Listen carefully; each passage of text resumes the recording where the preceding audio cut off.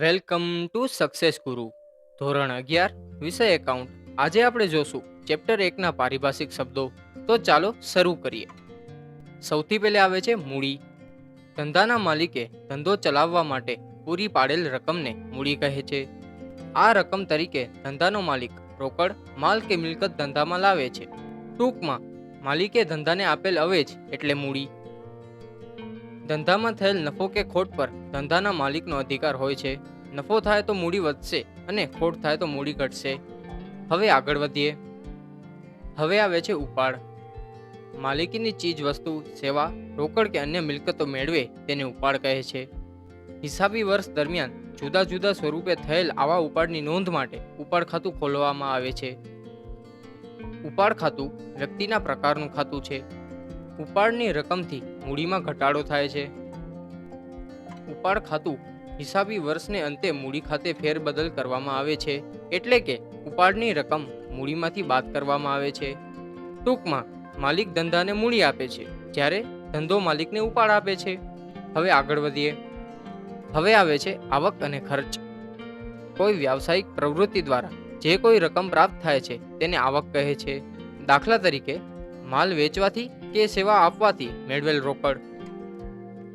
આવકના બે પ્રકાર છે, મહેસૂલી આવક અને મૂડી આવક. મહેસૂલી આવક એટલે જે આવક ધંધાના રોજબરોજના અને સામાન્ય વ્યવહારમાંથી નિયમિત રીતે અને વારંવાર મળતી હોય તેને મહેસૂલી આવક કહેવાય છે.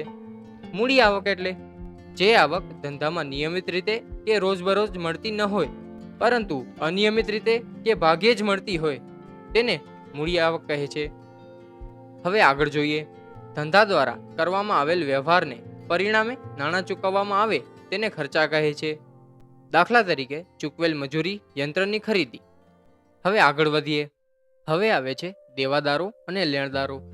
ધંધાએ જેની પાસેથી રકમ વસૂલ કરવાની બાકી છે તેવી વ્યક્તિઓ એટલે દેવાદારો. દેવાદારને ચાલુ મિલકત ગણવામાં આવે છે. હવે આપણે જોઈએ લેણદાર. ધંધાએ જેને રકમ ચૂકવવાની બાકી છે તેવી વ્યક્તિઓ એટલે લેણદારો.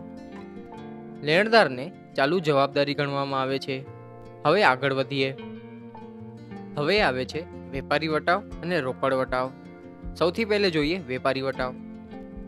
વેપારી દ્વારા ગ્રાહકને વેચાણ સમયે છાપેલી કે કુલ કિંમતમાંથી અમુક ટકા રકમ બાદ કરી આપવામાં આવે તેને વેપારી વટાવ કહે છે. વેપારી વટાવની ચોપડે નોંધ કરવામાં આવતી નથી. હવે આપણે જોઈએ રોકડ વટાવ. માલ ખરીદનાર નાણાં વહેલા કે નિયત સમય મર્યાદામાં ચૂકવે તે હેતુથી આકર્ષણ રૂપે રોકડની આપલે વખતે આપવામાં આવતા વટાવને રોકડ વટાવ કહે છે.